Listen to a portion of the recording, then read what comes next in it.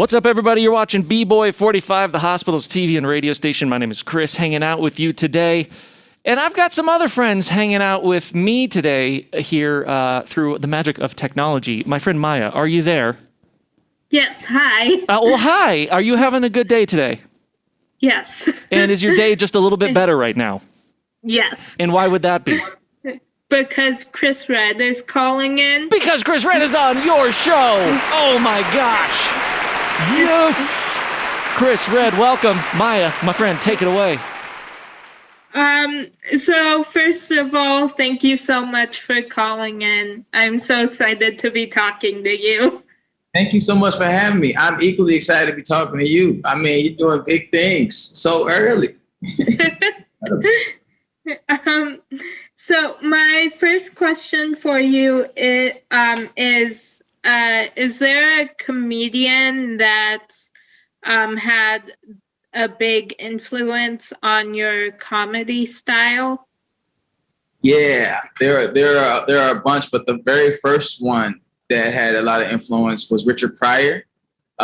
He used to do a whole lot of characters and use a lot of truth from his life, no matter how painful it was, to kind of illustrate his comedy and tell his jokes. And I love that about his, like, from his delivery down to how just how engaging all of his characters were. Like, he would play a dog, and that dog would be insightful about his life, and that was like, when I looked at what kind of comedian I wanted to be, I definitely wanted to take from that, because just from the way he told stories to how he just embodied characters on a whim.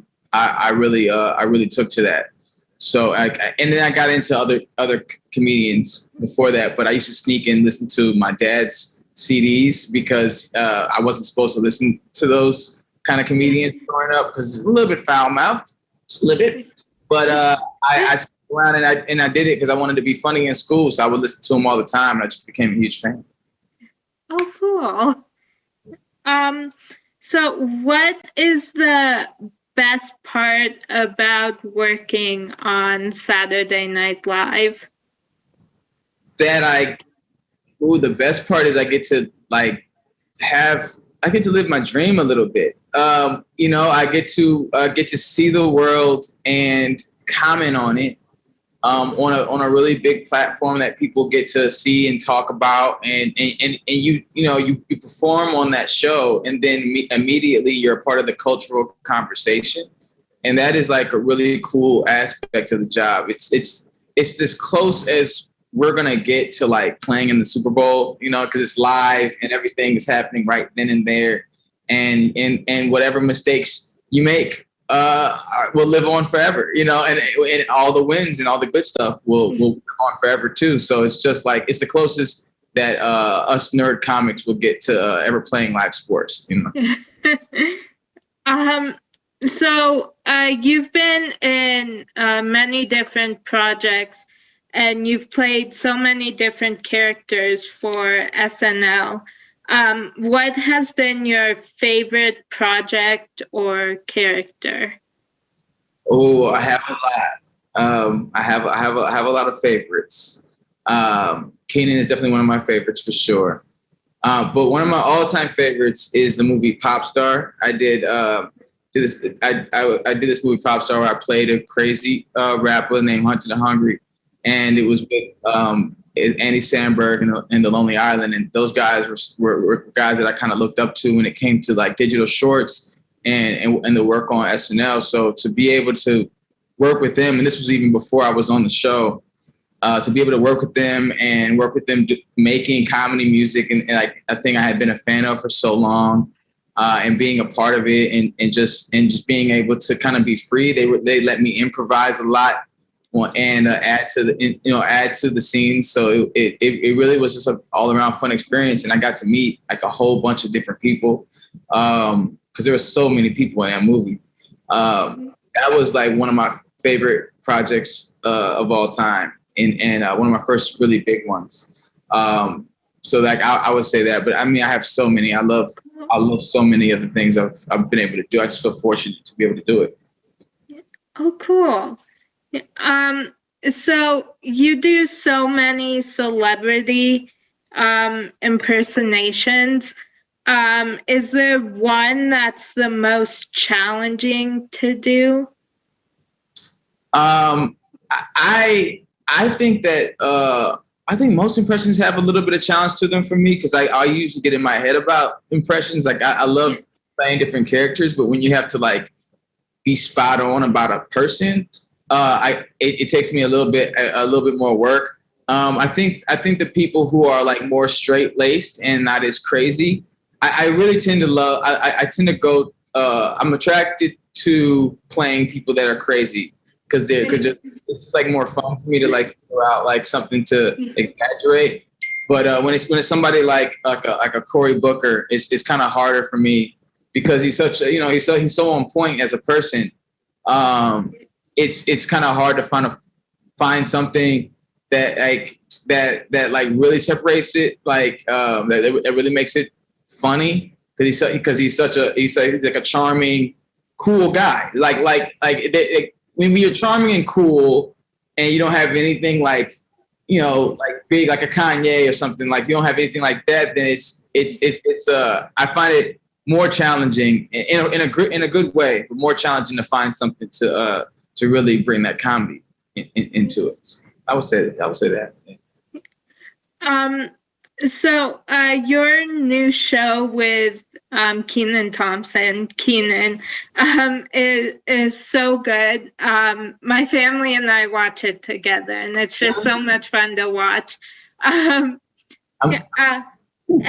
so I was wondering, are any of the lines improvised? Oh man, I improvise a lot, and everybody would say that I am adding. First of all, thank you so much for watching the show. I am so happy you guys like it and you guys watch it, and I'm so happy to make something that you are allowed to watch. Because the stuff I do, you can't watch it. Oh, you shouldn't, but watch it. No, just think.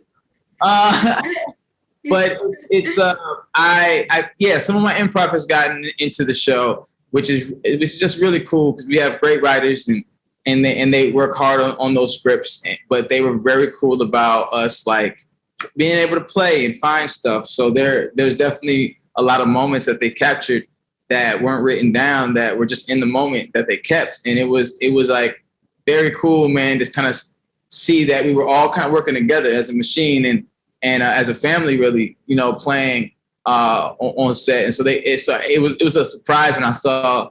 Like I would watch the episodes back and I'm like, oh, they kept that joke. Oh, that's cool. That's cool. They kept that joke. Because it's very rare.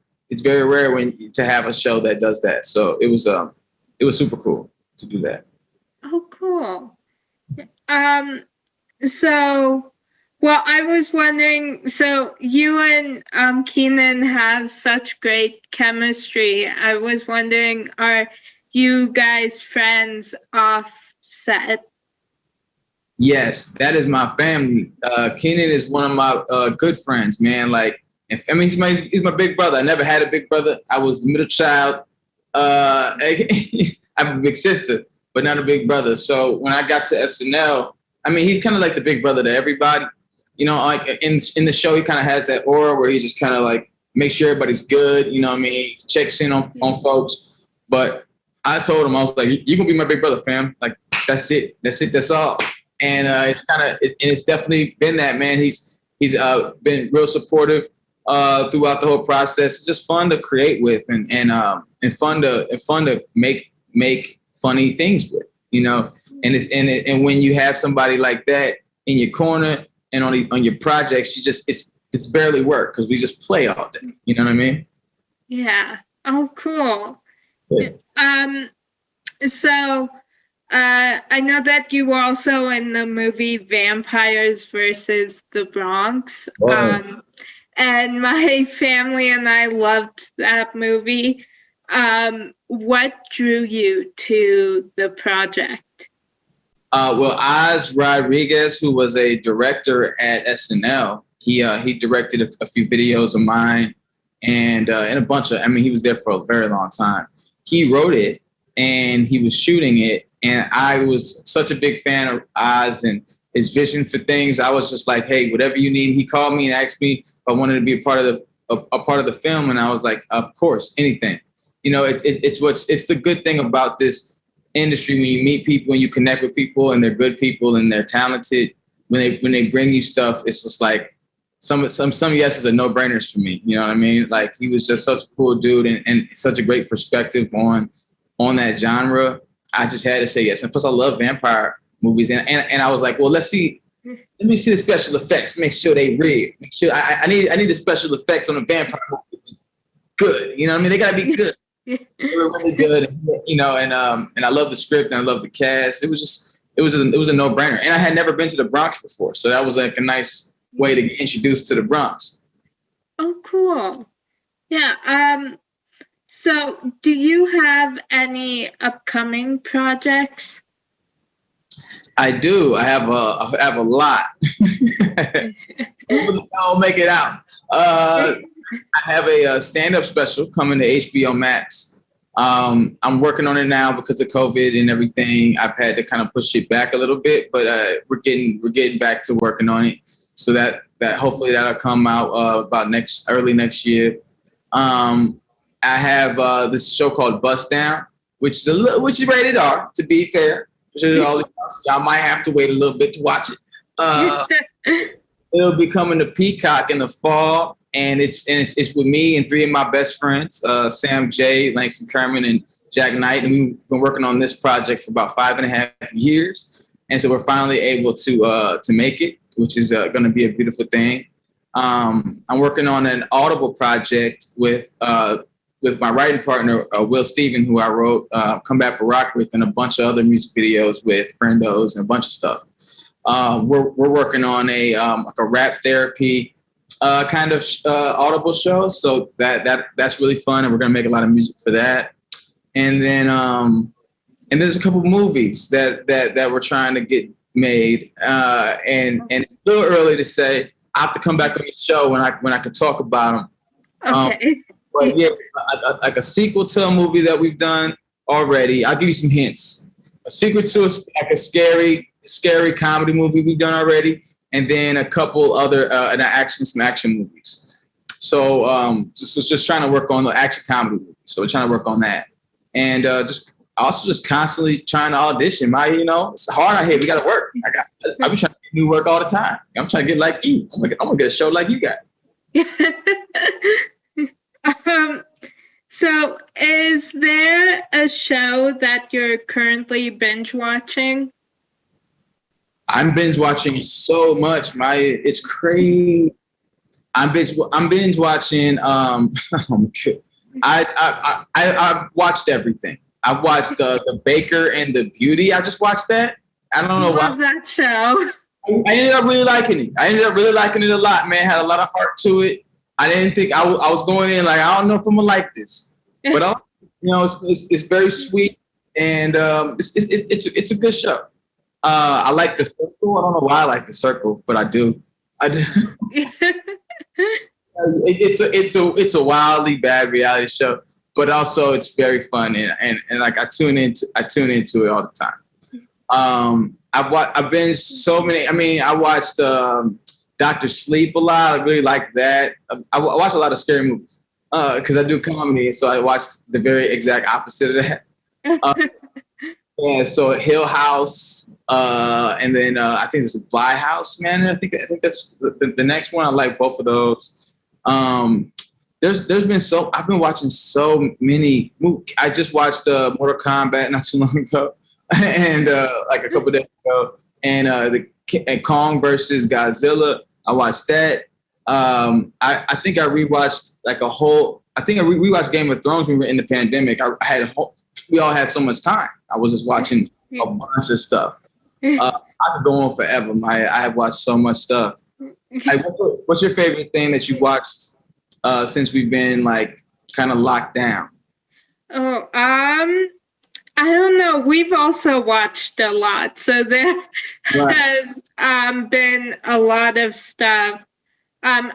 We did watch The Baker and the Beauty. I always get it confused.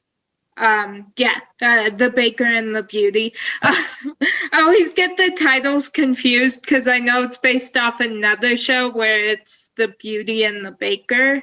Oh, really? Because I thought it was a book before. Like, did they do a show before? Like, did they do a book and a show?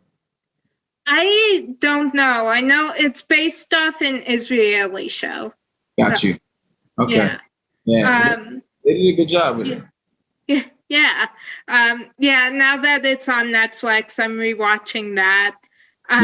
And right now we're watching a show called Perception, which is really good. Okay. Is that on Netflix?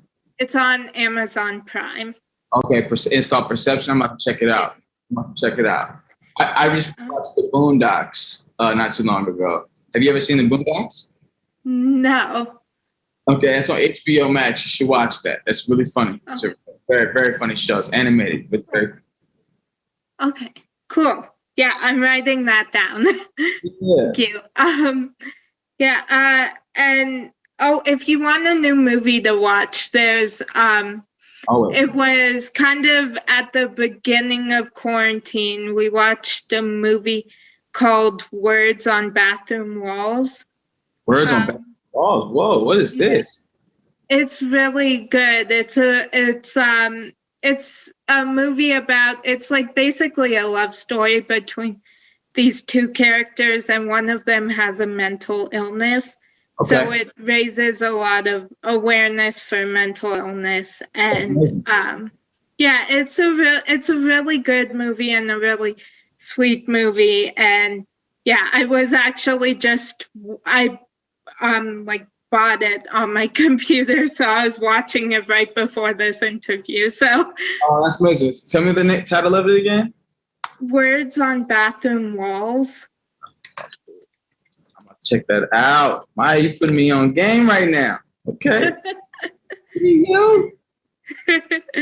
Atypical is a show that I also watch that I absolutely love. Atypical on Netflix. It's brilliant. Oh, cool. You should definitely check that one out too. It's really good. Yeah, I'm writing that one down too. So, you sharing your list, I gotta share my list. You know what I'm saying? We gotta swap and keep it. You know what I'm saying? Keep ourselves informed out here. You know? Yeah. Also, there's this new show that we just started watching that is on Freeform, and it's called Cruel Summer. Mm-hmm. And that one's really good too. Cruel Summer. Okay. Yeah. I just started watching Batman and Lois. Oh, not Batman and Lois, Superman and Lois. Batman wasn't there. I watched the whole series of Batmans too, so that's why I got confused. But I watched Superman versus Lois. Not versus Lois. They didn't fight. I said it right the first time. I don't know why I kept going. Superman and Lois. And it's on HBO Max, and it's really good too. So y'all should definitely check it out. It's a cool show. If you like. Like superheroes. Yeah, we started watching that when it premiered, and we're kind of behind now, so we have to catch up. It'll be fun because I think there's 5 episodes now, so you'll definitely have a good time. Yeah, I think we're 3 or 4 behind. So it's always good. It's always good when you get to just kind of stream and catch up. Like that's always a fun part of it, right? Yeah. Yeah. I also I binge watched at the beginning of quarantine. I rewatched all of The Flash, and then I watched Arrow, and now I'm watching Legends of Tomorrow. I finished Legends. I watched all The Flash too, and I haven't watched all the Arrow. That's dedication. You got dedication. Got back in there. There's so many episodes. Yeah, it did take a couple months to finish. So. Yeah, I was like, I don't know if I got the patience you got. I think I do like when they do the crossover episodes. So I like tap in there, and The Flash was really fun. Even The Flash, I had to skip a couple episodes because they just have so many now. It's hard to keep up. But the Flash was my show, man. Like that was my show. And one of my friends, Tone Bell's on that show, and I was like, really excited when I saw him on there. I think he played a reporter or something like that. But he was like he was in a good chunk of the show, and it was really cool to watch. But I love that. The Flash is one of my favorites to watch. Yeah, mine too. Yeah. Yeah. You watch Zack Snyder's Justice League yet? No. Oh, okay, so y'all gotta do that. I mean, it's 4 hours, so like prepare yourselves. Okay. Yeah. There are only like a couple superheroes that I actually like. There's only 2 superhero movies that like I am obsessed with. So Gotcha. My sister has seen all the Marvel movies, and I've seen a couple, and I like them, but I haven't What are seen. your favorites? What? What are your favorites are Flash? Yes, I love. I love on the CW. I love the Flash and Arrow, and Legends of Tomorrow. And I gotta think that. Yeah. So yeah. That's awesome. You got a lot of watching to do, so I'm not gonna give you any more superhero stuff to watch. You got a lot of watching. Okay. Yeah. Yeah. Yeah. So, what is your biggest pet peeve? Ooh, my biggest pet peeve. My biggest pet peeve is people not saying what they mean and meaning what they say. I think that's my biggest pet peeve. I'm a very direct person, and I like directness, and I respect directness. I don't like people like kind of tiptoeing around the truth of things. So when people don't do that, that kind of annoys me a lot. But yeah, that's probably my biggest pet peeve. Yeah. What's yours? Oh, I don't know. I have a couple. I don't. I don't like. I'm really sensitive to sound, so I don't like when people chew. Oh, you don't like chewing? Like open mouth chewing, or just like closed mouth chewing? All chewing. All of it. Yeah. Like, don't chew around me. Don't chew around. Stop chewing. Yeah. Well, I'm so glad I didn't bring my gum on here. I would have drove you crazy. Yeah, I would have been like, okay, bye. You in history. Yeah. So what personality trait has gotten you in the most trouble? What personality trait has gotten me in the most trouble?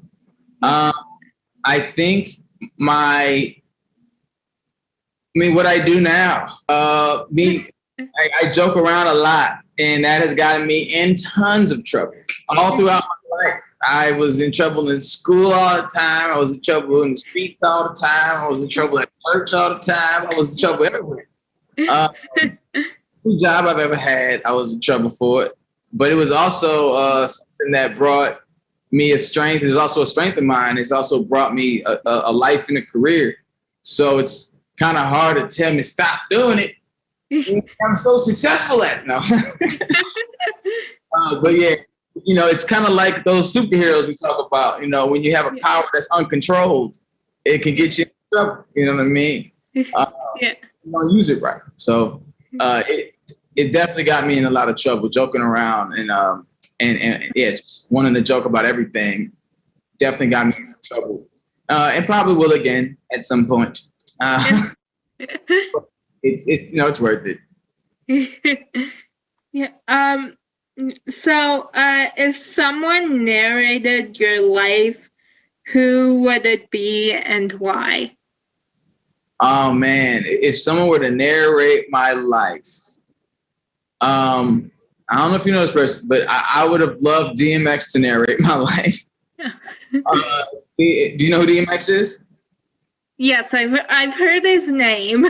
Yes, he's a rapper who just passed away, but he's a really aggressive rapper. He's like, talks like this, a dog's a dog. And I love that I love that aggressiveness, and I think that would be fun, especially some of my parts of my life that aren't as aggressive as he is. Would be fun to hear it in that tone.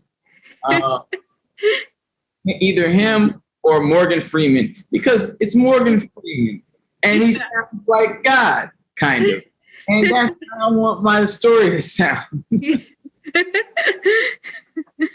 Oh, cool. I love it. Yeah.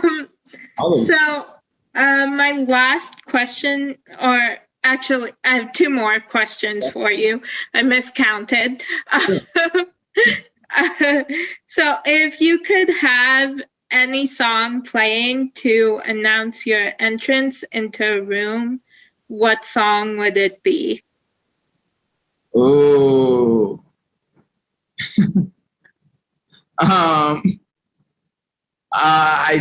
The song that pops up in my head is Stevie Wonder's "Very Superstitious." Just to keep everybody on their toes. Very superstitious, writings on the wall. It's a funky beat, and it also keeps people wondering: is he superstitious, or is this place superstitious? What is he talking about? You know? Yeah. Yeah. Either that or "Beat It" by Michael Jackson. Cool. Yeah. So, my last question for you is, who do you consider to be a real life superhero and why? Oh, who do I think to be a real life superhero? Man, parents, my parents, but parents in general, man, I think are superheroes. It's the way they're able to, way my parents were able to navigate their lives, come up from nothing and build everything that they built, and teach work ethic, and have kids who wanted to venture off and not go to school and chase dreams all the time. And we bumped heads growing up, but to be able to come back around and and really be on my side and support me, and just raising us kids can be hard. I say us like we the same age. Us can be hard, man. And I look at where my dad was and my mom was, as far as age, when they had kids and they had us, and I'm like, oh man, I don't know how y'all did it. They're just real life superheroes to me, man, and their job is the most important one. It kind of helps create who we're gonna be, and I think parents are superheroes, man. I think they're dope. Yeah. Oh, cool. Yeah, I agree with that. Yeah. Yeah. Some have better powers than others, but they're all superheroes. Yeah. My mom is my superhero. So beautiful. Yeah. That's beautiful, man. And I know she's gonna be glad to hear that too. They carry us around for a long time. Yeah. That alone qualifies superhero status, okay? Yeah. She and my sister and I are we're just so close, and so we I don't know, we've been quarantined together since the beginning of this, and we joke that we're not sick of each other yet, so that's a talent.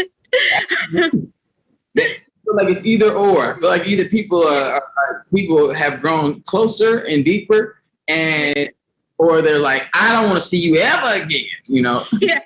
Yeah.